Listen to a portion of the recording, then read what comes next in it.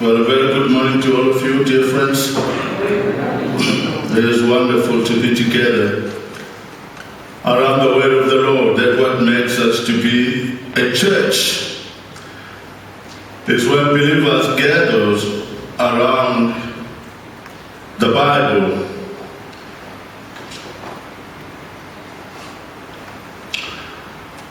And it is very important, dear friends, to remind one another as God's worshippers that the high point of our worship is listening to the Word of God. That's the high point of worship.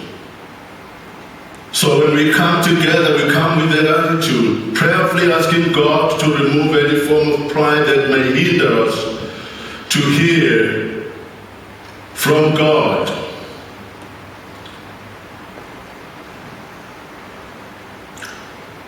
Let's do that now. Let's bow our head in prayer and ask God to help us before we dive into the Word of God. Father God, we bow before you as our King and as our Savior. We thank you for giving us life. We thank you for the privilege of being able to come together around your Word. We thank you, Lord God, for the easing of the restriction so that we can have more people coming to worship you. We pray, Father, that you will help us to conduct ourselves in a manner that help to reduce the spread of the virus so that we can regain our freedom once again. But for now, Lord, we commit this time to you. The time when we remember the greatest act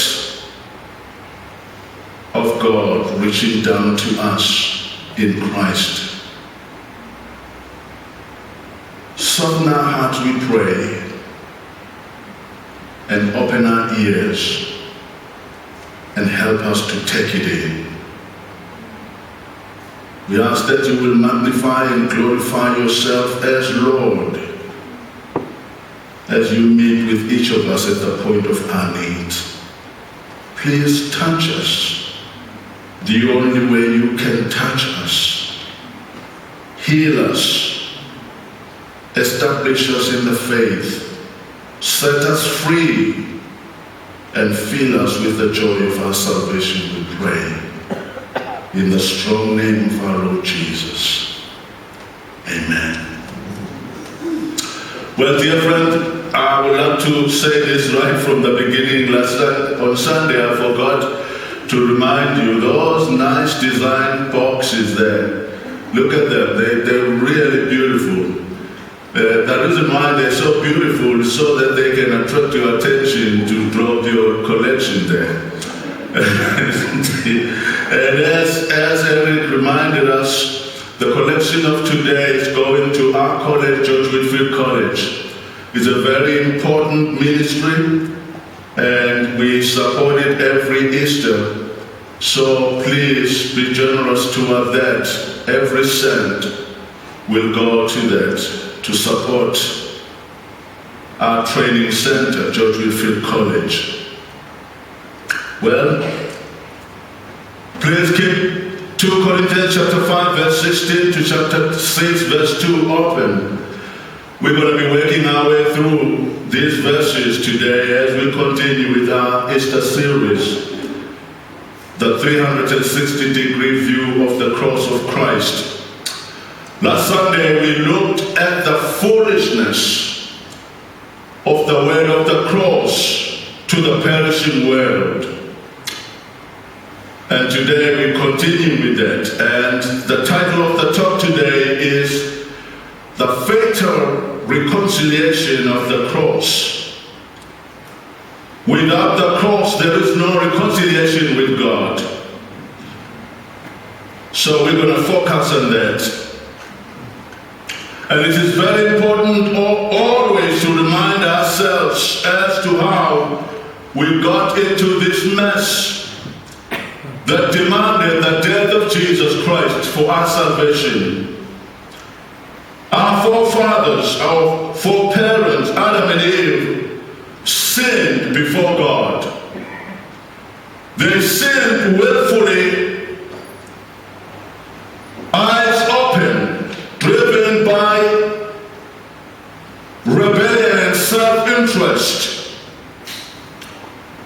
And their act of rebellion turned everything upside down for all humanity, because they sinned representatively. They sinned on our behalf. When they decided to disobey God, they did that on your behalf and my behalf. And it's very important for us to embrace that truth. Because if you do not embrace that Adam and Eve sinned on your behalf, you're not going to be able to embrace the reconciliation work of the cross of Christ. He died representatively. He died on your behalf and on my behalf. He is our last Adam. So those two truths from the Old Testament to the New, they are important for our salvation. If you struggle with the representativity of Adam as he sinned, you're gonna have hard time accepting the death of Christ on your behalf. So they turned everything upside down.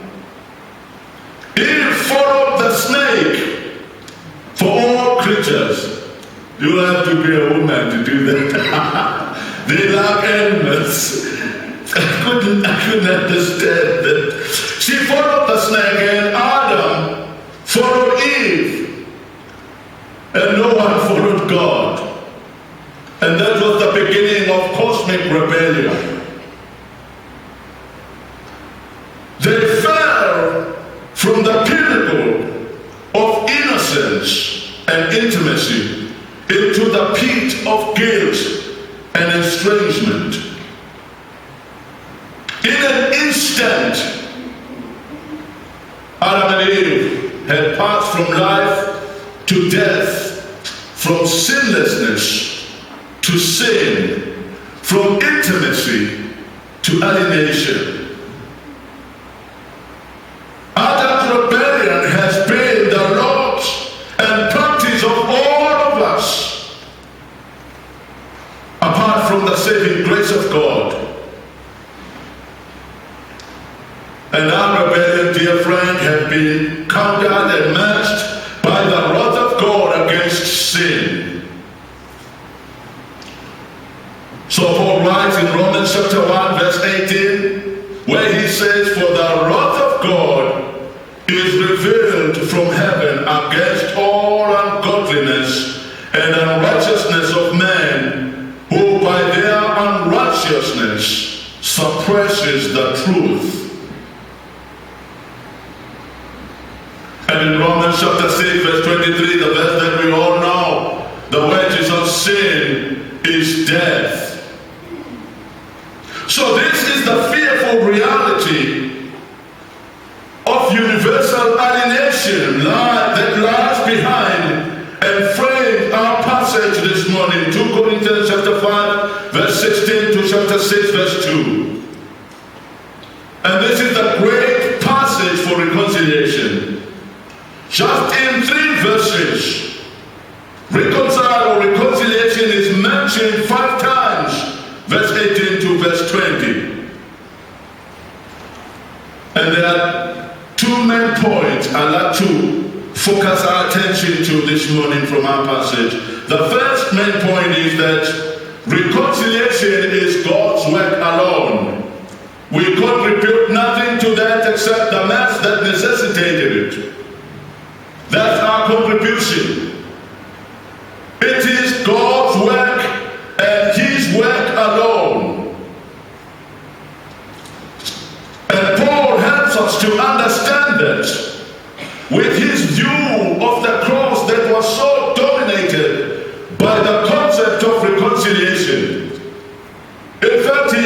uses it in five occasions as a way of describing the work of Jesus Christ on the cross. In Romans chapter 5, verses 9 to 11, he talks about the cross of Christ as reconciliation. And in chapter 11 of Romans, verse 15, he do the same. And our passage this morning, 2 Corinthians 5, verse 16 to 21. And the great passage of Ephesians 2, verse 11 to 22. And Colossians 1, verse 19 to 20.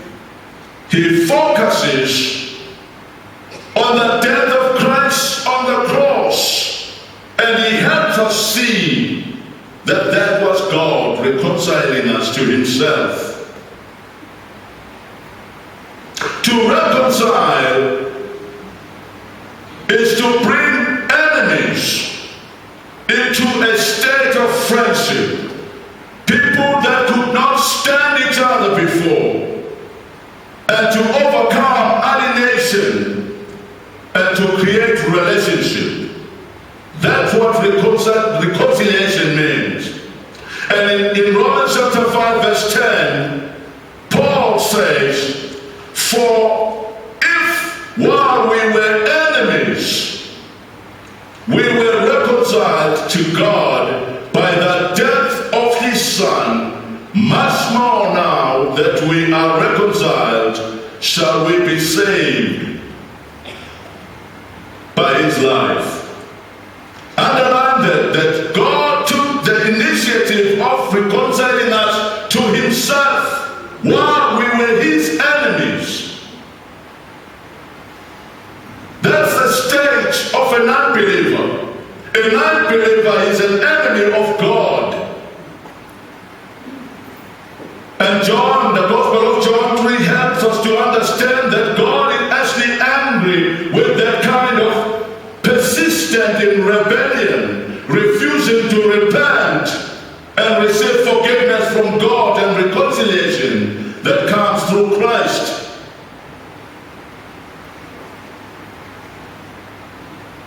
So we were once enemies of God, but through the death of Jesus Christ, we have been reconciled to God. Reconciliation, dear friend, is facing up and to resolve the cause of disruption. Realizing that only when the cause has been dealt with can true friendship be restored. God is not like us. Many of us will want reconciliation without confronting issues and paying the cost that involves reconciliation. God does not sweep the issues under the carpet, but he confronts issues and pay the cost. That's what we see at the cross of Christ.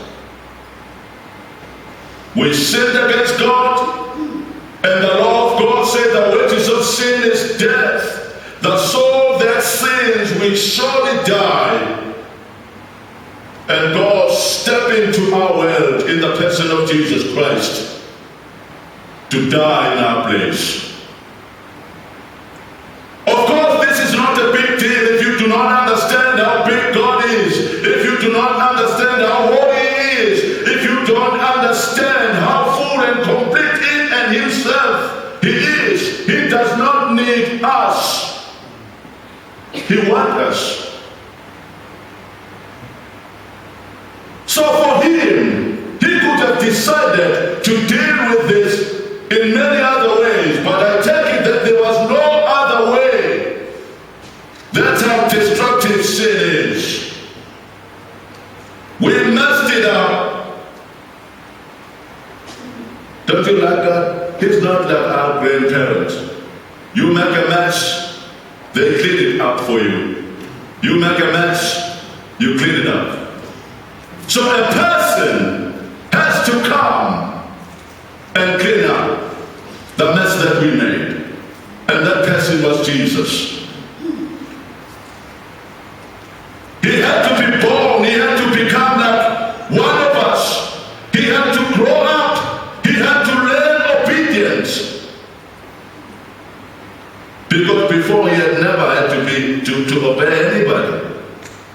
imagine that? God is not accountable to anybody. So he has never ever found himself in the position of obeying someone. There is no one above him. So Paul helps us to understand he had to learn that when he became that one of us, so that he could die on the cross and have Easter as we celebrating it today.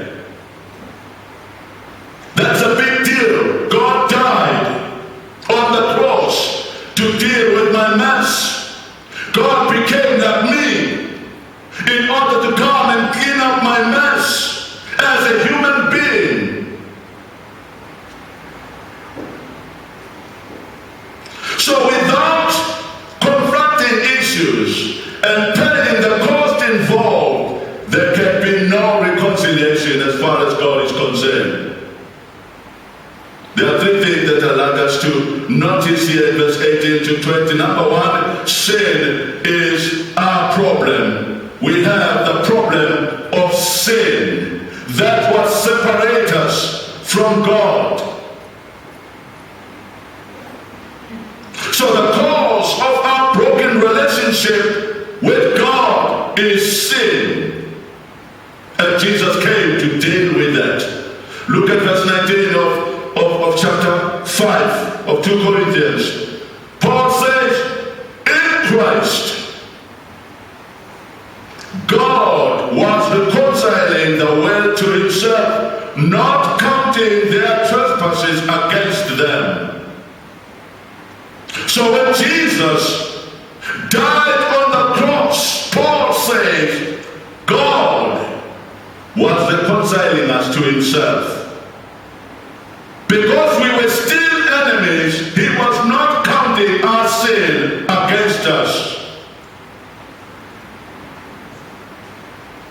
So in Jesus, through his death on the cross, God is confronting and paying the cost of our sin. Because there can be no reconciliation unless the cause of our separation is dealt with.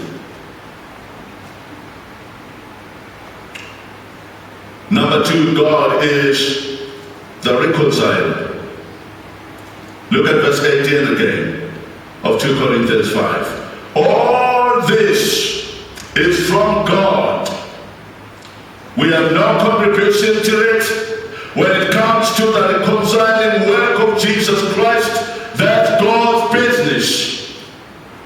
So Paul said, all this is from God, who through Christ reconciled us to himself and gave us the ministry of reconciliation. So the question is, how then God can reconcile us to himself by not counting our sin against us and still remain just? How can he do that?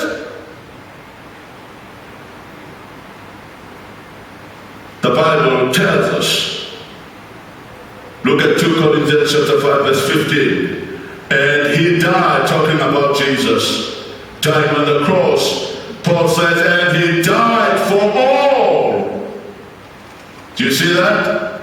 That those who live might no longer live for themselves, but for him who for their sake died and was raised. So Jesus died as our representative. He died our death, paying the penalty of our sin. That's how God is dealing with reconciling us to himself and not counting our sin against us. Why? Because all our sin was counted on Christ. Remember what happened? When he was hanged on the cross for 3 hours, the Bible said it became dark. The judgment of God was poured fully upon him. And God turned his back on him. And Jesus cried out, my God, why have you forsaken me? It's because sin separates.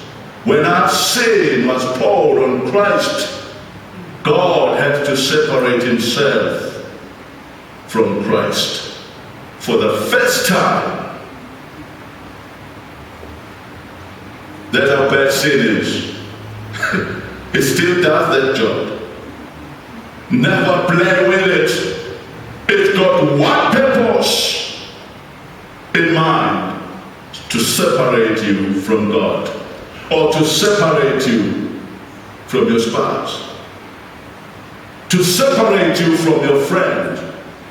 Any form of sin does that in any form of relationship. It separates. You gossip about your friend, that relationship is gone. You become untrustworthy to your spouse, that relationship is gone. You become an adulterous Christian, the relationship between you and God gonna be fractured if you continue and not repenting. It's gonna be broken. That's what sin does.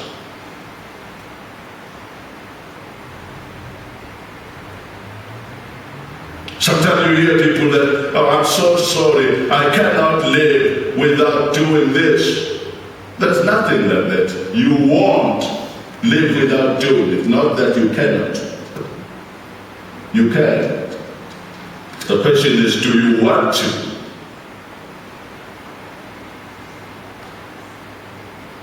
So Jesus died in our behalf, and God comes in as our reconciler, and he does what he does best by using Jesus as our scapegoat. All our sin, all our shameful things that we never want them to come to light were laid upon Jesus on the cross when he died. And he was punished for it.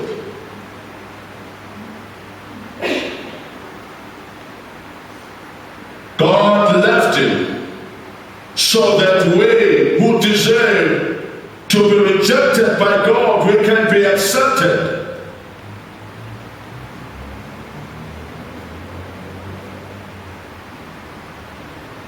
That's what happened when Jesus was hanging on the cross.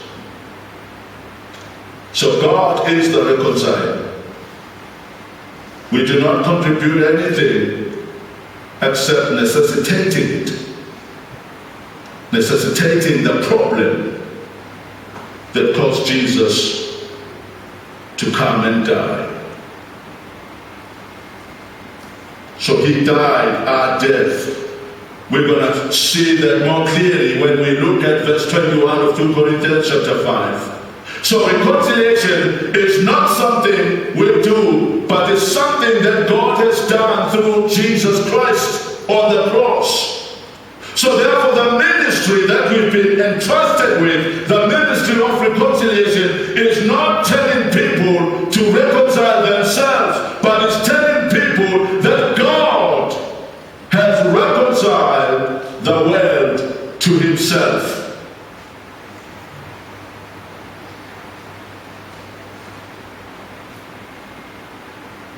It's telling people that God has made peace with the world. He has acted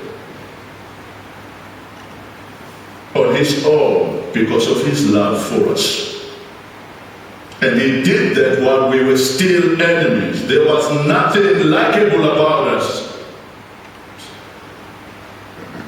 Although some of us, sometimes they behave as if there was something good in them before Jesus found them. I'm using people like that, who are more inclined to boast about their conduct, the way they live in, about their spirituality, as if there was something good in them. There was nothing good with any of us before Jesus found us. If anything good is found in you, always remind yourself that it's because of Calvary. Nothing good comes from us, even from good enough. There is nothing good.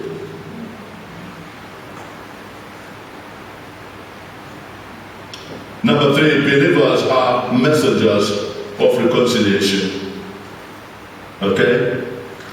So sin is our problem. God is the reconciler, the one who's got a way of dealing with the problem, and he deals with it in Jesus Christ. And verse 17 of 2 Corinthians chapter 5 says, if anyone is in Christ, is a new creation. And verse 18 says, God through Christ reconciled us to himself and gave us the ministry of reconciliation. That simply means the qualification of being part of the community of God that has been entrusted with the message of reconciliation. You need not just a spiritual facelift. You need a total makeover. You need to become a new creation. And that happens when you give your life to Jesus. And Jesus took your unrighteousness. He took your sinful life. And when you give your life to Jesus, Jesus gives you his life and his righteousness. You become a new creature in that way. Not by trying to get rid of your sin, your sinfulness, but by giving yourself to the one who gave his perfect life for you. And when you do that, you get covered by God's righteousness. And Paul helps us to understand the kind of righteousness in Romans. He said, I'm talking about the righteousness that is from God.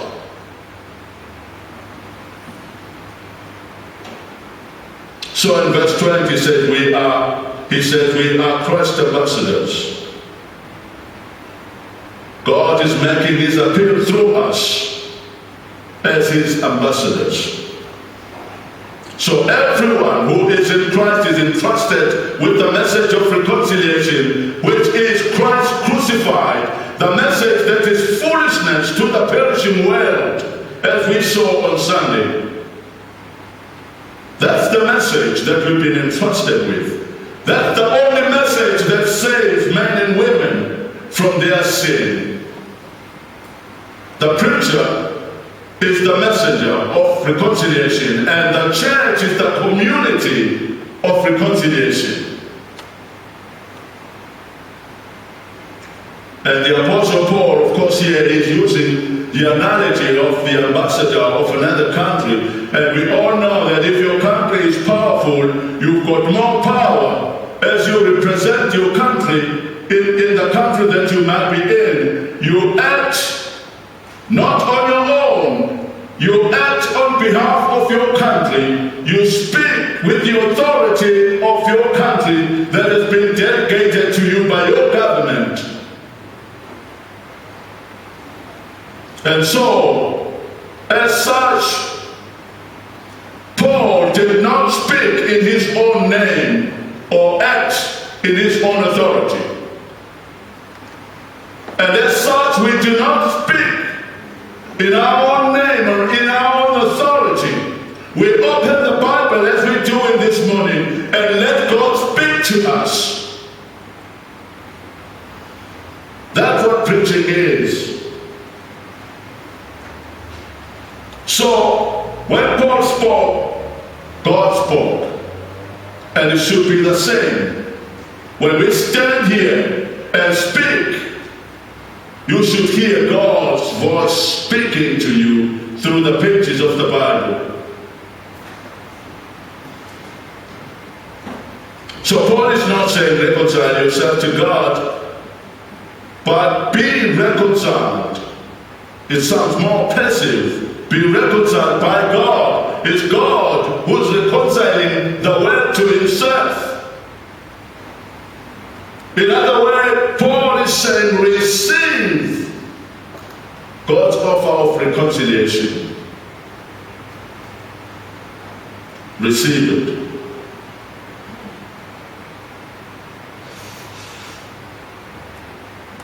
And why reconciliation is so important?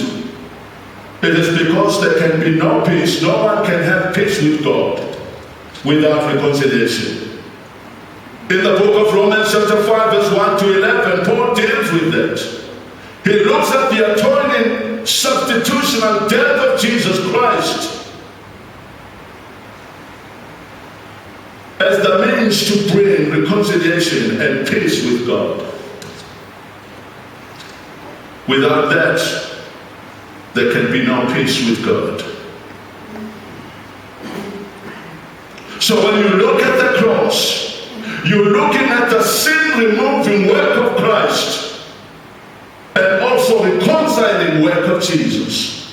Because unless sin is removed, God cannot be friends with us. He is holy. The second main point that I'd like to bring to your attention briefly is how God reconciles. This is the best verse in the Bible. I know preachers say that with all verses in the Bible, they focusing on those verses become the best verses. It's a good thing because the Bible is the best book. But this, when you look at reconciliation, there is no verse in the Bible that helps you to understand. There is no verse in the Bible that takes you to the mystery of our reconciliation. There is no verse that takes you into the planning table of God when God planned reconciliation. This verse takes you there and helps you to understand what is going on. I call it is the holy ground. It is the heart of the atonement, the how of reconciliation. This is indeed the holy ground. Listen to what Paul says in verse 21 of 2 Corinthians. For our sake, that is for you and me, he made him, that him is Jesus, to be sin. And listen to that. Who knew no sin, so that in him, that is in Jesus, you and I, who are sinners, could be made the righteousness of God. Do we get that?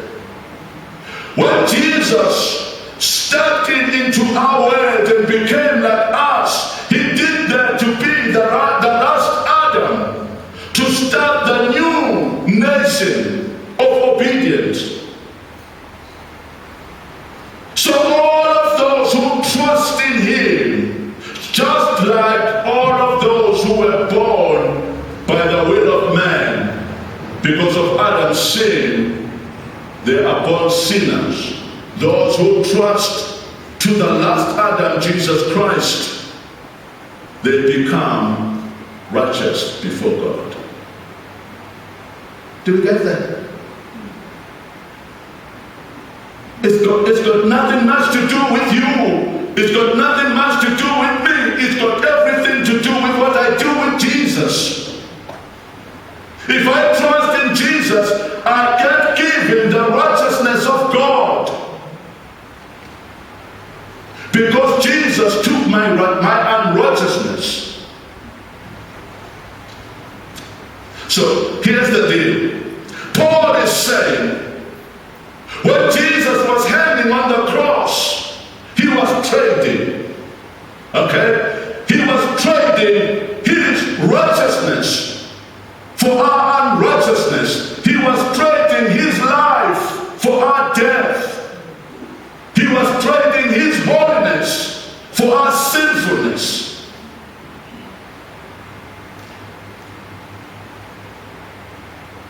He made him who knew no sin to be sin, so that in him, remember in verse 17, Paul Paul said, if any man is in Christ, is a new creation. He said, so that in him, in Jesus, we might become the righteousness of God. This is a royal exchange. This is something that melts my heart. This is something that causes me not to control my emotions.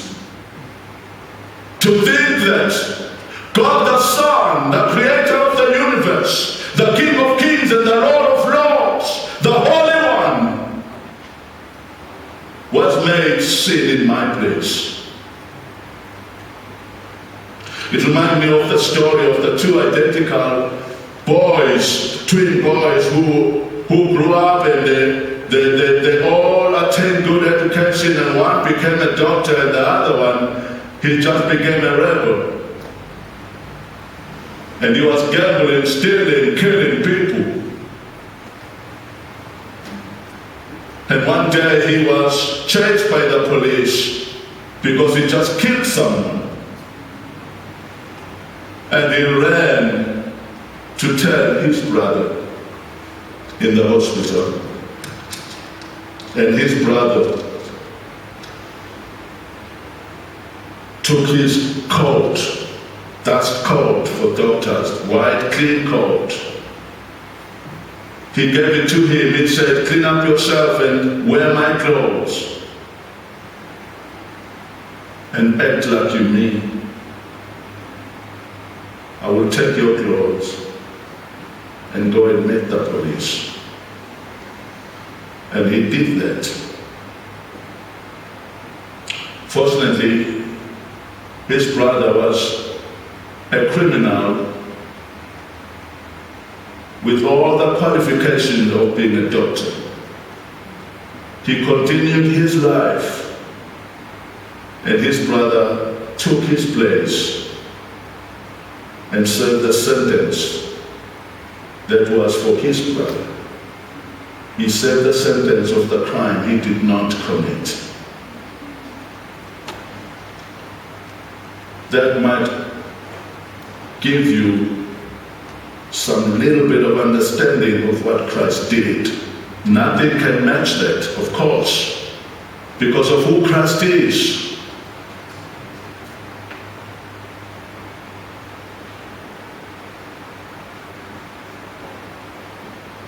Another writer, Murray Harris, helped us to understand that.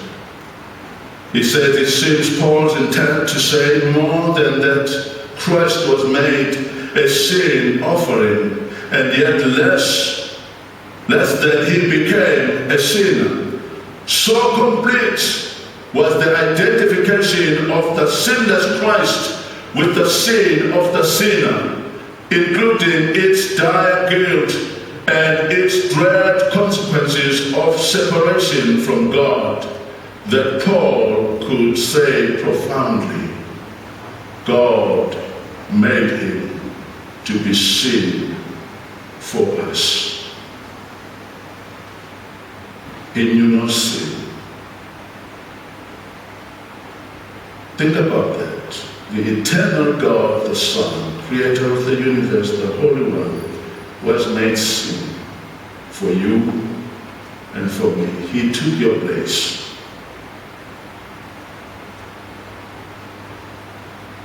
He became sin while remaining inwardly and outwardly perfect. He became sin as our substitutional sacrifice.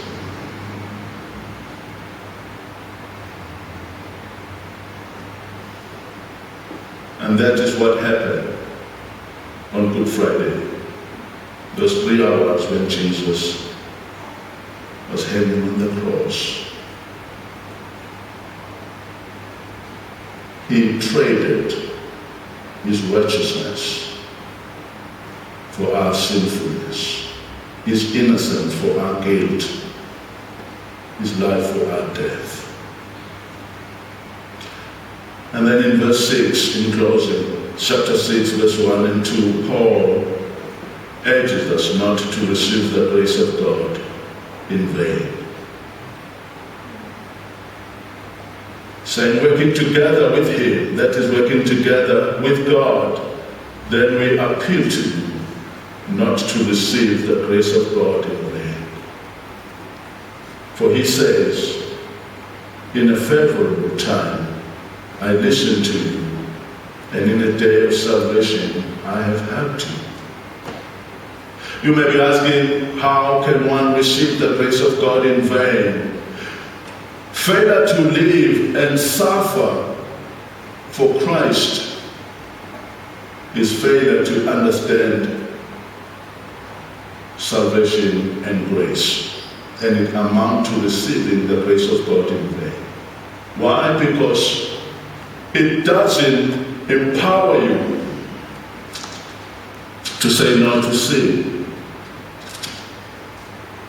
Have you seen people who live in sin as though the grace of God was given as a license to sin? The grace of God is given to empower us, in fact, to rescue us from ourselves.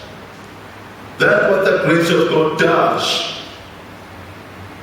It rescues you from living and serving the kingdom of one.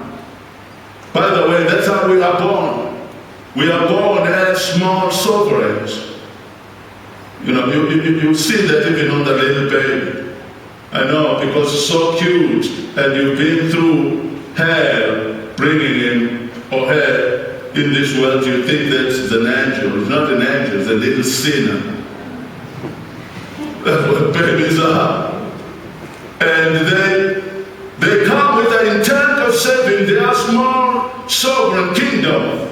In a sense that if they don't want to eat something that you think is best for them, at the first place they know nothing. They will spill it up on your face. So, that's what my daughter used to do to my wife. They are born with that sinfulness. And if you do what they like, they go their own way of rewarding you. And we grow up with that. We come with that into the family of God, and we think that we can also save our little kingdom. You're going to do what I like. If you don't, hell's going to break loose. It's the wrong place to do that. Okay? People that are part of this community, the community of God, are people who relinquish all their sovereignty and submit to the King of Kings and to the kingdom of God. The kingdom that's going to come. The problem with our little kingdom, they're not going to come. Okay? There's only one kingdom that is coming, and no one's going to do your will. No one's going to do my will. Okay? We're struggling with doing God's will. Do you think that someone's going to commit to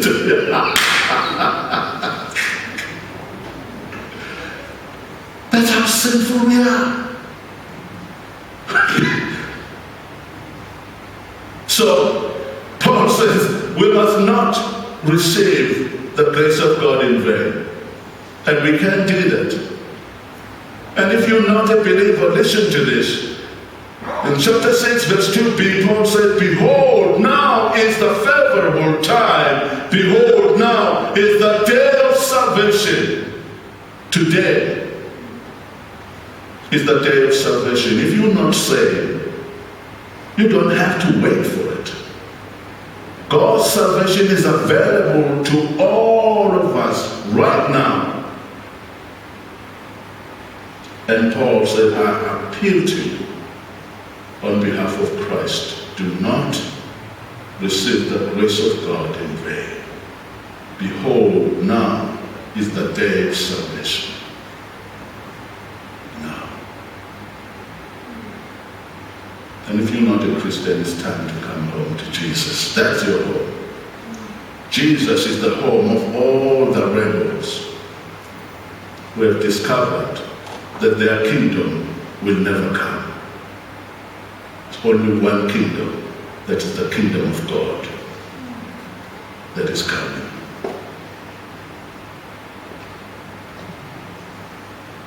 I will ask the musicians to come forward to help us sing the song to respond to our God grace that is greater than all our sin. Marvelous grace of our loving Lord, grace that exceeds our sin and our guilt. Yonder on Calvary's Mount outpoured, there where the blood of the Lamb was spilled for you and for me.